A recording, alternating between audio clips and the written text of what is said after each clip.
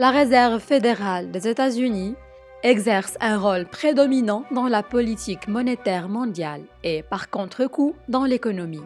Elle est en effet la banque centrale de la puissance économique la plus importante au monde.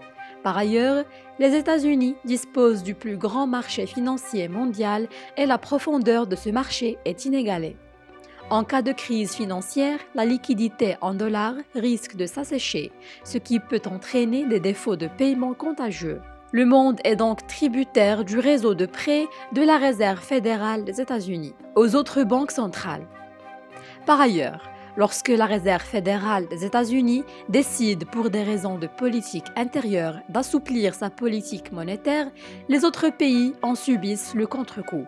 Tout d'abord, des mouvements de capitaux à court terme interviennent à destination des pays étrangers où les taux d'intérêt sont plus élevés qu'aux États-Unis et qui attirent ainsi les capitaux flottants. Ensuite, si les autres pays refusaient de suivre la politique d'expansion monétaire de la Réserve fédérale des États-Unis, ils verraient leur taux de change s'apprécier au détriment de leur compétitivité.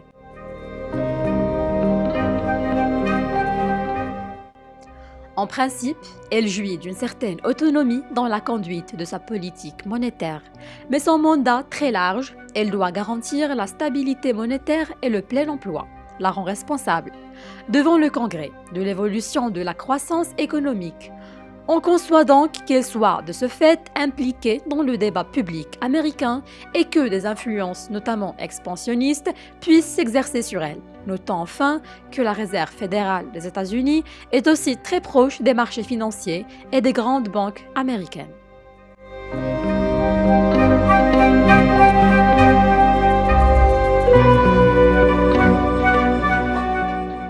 Pour le moment, la place du dollar dans le système monétaire international est incontestée.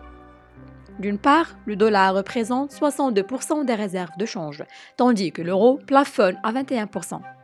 D'autre part, même si, en tant que monnaie de règlement, l'euro talonne le dollar comme monnaie de réserve reste son rival.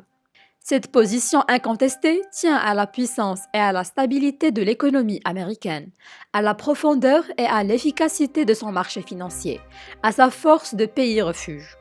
On ne peut décréter une monnaie de réserve.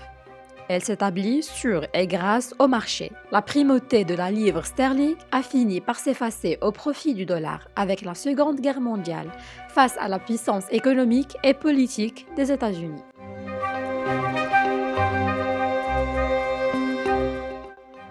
La monnaie chinoise n'est encore qu'une monnaie marginale dans le système mondial. Cette monnaie n'est pas convertible. Le marché financier chinois est encore très réglementé. Les banques centrales non chinoises ne détiennent que l'équivalent de 193 milliards de dollars en renminbi, contre 3 800 milliards pour le dollar. Mais la Chine, dont les réserves en dollars sont considérables, environ 3 600 milliards de dollars, suit de près l'évolution du système monétaire et cherche à internationaliser sa monnaie.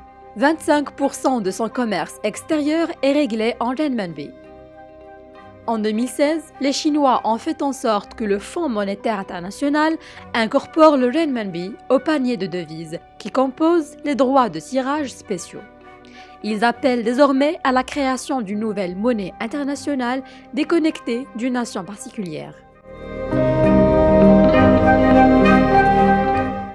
Pour le moment, comme on l'a vu, le dollar reste la monnaie internationale incontestée, mais plusieurs facteurs de changement sont à l'œuvre. D'une part, la puissance économique se diversifie. La Chine, avec un PIB mesuré en parité de pouvoir d'achat, a dépassé les États-Unis depuis quelques années, bien que le marché financier chinois soit encore très limité. L'histoire montre que la puissance économique finit toujours par s'accompagner d'une avancée en matière de puissance financière. Ce processus mettra du temps à s'exercer, mais la direction est en ce sens. D'autre part, l'utilisation du dollar à des fins politiques est plus en plus contestée. Les États-Unis ont toujours été tentés d'utiliser le dollar pour assurer leurs objectifs diplomatiques. Interdiction d'utiliser le dollar pour financer des pays sous embargo américain. Désormais, cette extraterritorialité a néanmoins dépassé la mesure traditionnelle. Ce n'est pas seulement l'usage du dollar qui est régi par le droit américain. Quand un pays décide de commencer à l'aide d'une autre monnaie que le dollar avec une nation sous embargo américain, ce pays fait désormais l'objet de sanctions et il est menacé de perdre l'accès au marché américain. Cet abus de droit est donc de nature, comme on l'observe de manière croissante, à encourager certains pays à développer l'usage d'autres monnaies pour assurer leurs transactions internationales.